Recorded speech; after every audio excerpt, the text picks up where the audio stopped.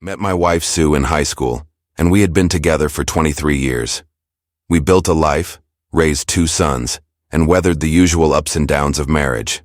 But nothing could have prepared me for the betrayal I uncovered. In late 2019, things started to shift.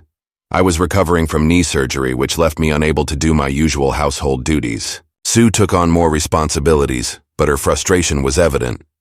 Our intimacy had already declined, but during my recovery, it came to a complete halt. Meanwhile, she began spending more time hanging out with coworkers. At first, I thought nothing of it. After all, we had always trusted each other. By early 2020, her behavior became noticeably different. She grew distant, avoided affection, and was constantly glued to her phone, but no longer shared anything with me.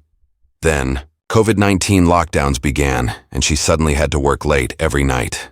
When we were intimate, she seemed emotionally absent.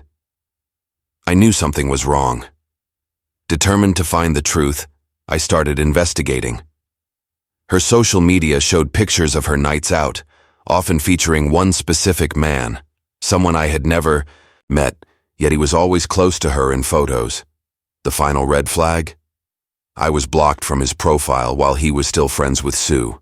That was all the confirmation I needed. I dug deeper, checking phone records. A single number kept appearing, his. Messages were often deleted, but I found enough evidence to suspect an affair. Then, through an app, I got undeniable proof. Flirty texts, plans for future meetings, even explicit messages. The gut punch was real. I was devastated, then furious. I decided not just to leave her, but to make her feel the consequences of her actions. I started acting unpredictably, coming home late, being secretive with my phone, changing passwords. Sue became paranoid. She confided in her lover about my distant behavior, worried I was cheating. The irony made me laugh. She even suggested they stop meeting at our house, confirming my worst fear that he had been in my home. Months passed, and by October she confronted me. She accused me of being distant, of not loving her anymore. Then came the ultimate insult. She asked if I was cheating. I couldn't help myself. I laughed uncontrollably. Not because I was unfaithful, but because of the sheer hypocrisy. She told her lover that she was losing me, that she was facing karma. The realization hit her hard. While she destroyed our marriage for a fleeting affair, the idea of losing me crushed her. But for me, there was no turning back. I had already lost her long before she even realized she lost me. When I discovered my wife Sue's affair, I didn't confront her. I planned my revenge. My strategy had 2 phases. By September, I had gathered overwhelming evidence of her infidelity and consulted a divorce attorney. Since New York is an at-fault state, I knew I could legally destroy her case. I moved all my money from our joint account into my personal one and began searching for a new apartment. In November, my old friend Nina returned from overseas.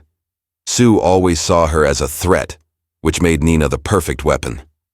We staged some close, intimate-looking photos and posted them on my Facebook. When Sue saw them, she flipped. But instead of defending myself, I hit her with a simple counter. "What about your pictures with POS last year?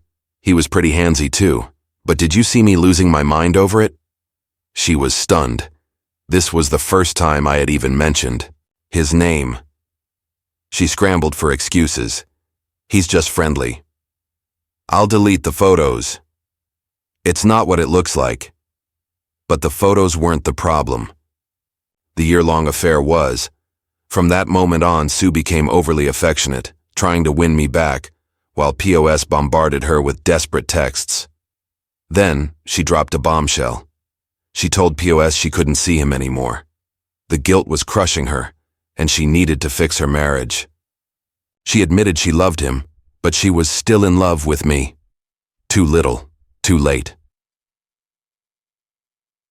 POS lost it, sending emotional texts about how I didn't love her the way he did, how she was trapped in our marriage. Funny coming from a 27-year-old chasing a married 45-year-old mother of 2. By December, I was fully prepared.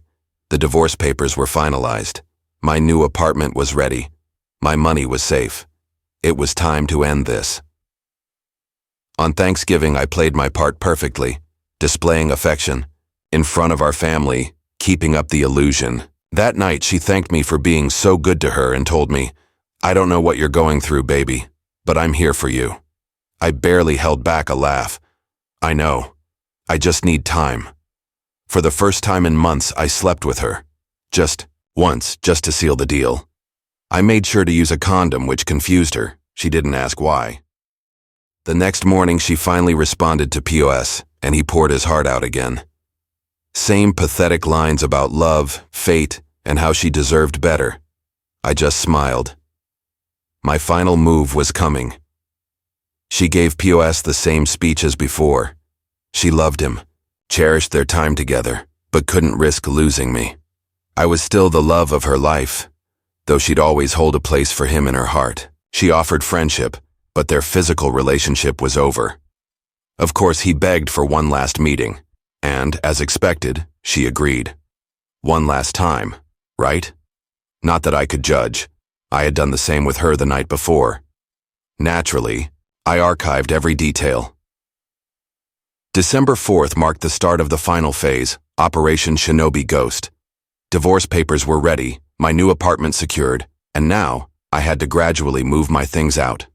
But first, I had to break the news to my sons. That Friday, I called my eldest over, sat both of them down and laid it out, without the gruesome details. Their mother had been cheating for over a year, and divorce was imminent. My 17-year-old, already scarred by his first taste of betrayal months prior, took it the hardest.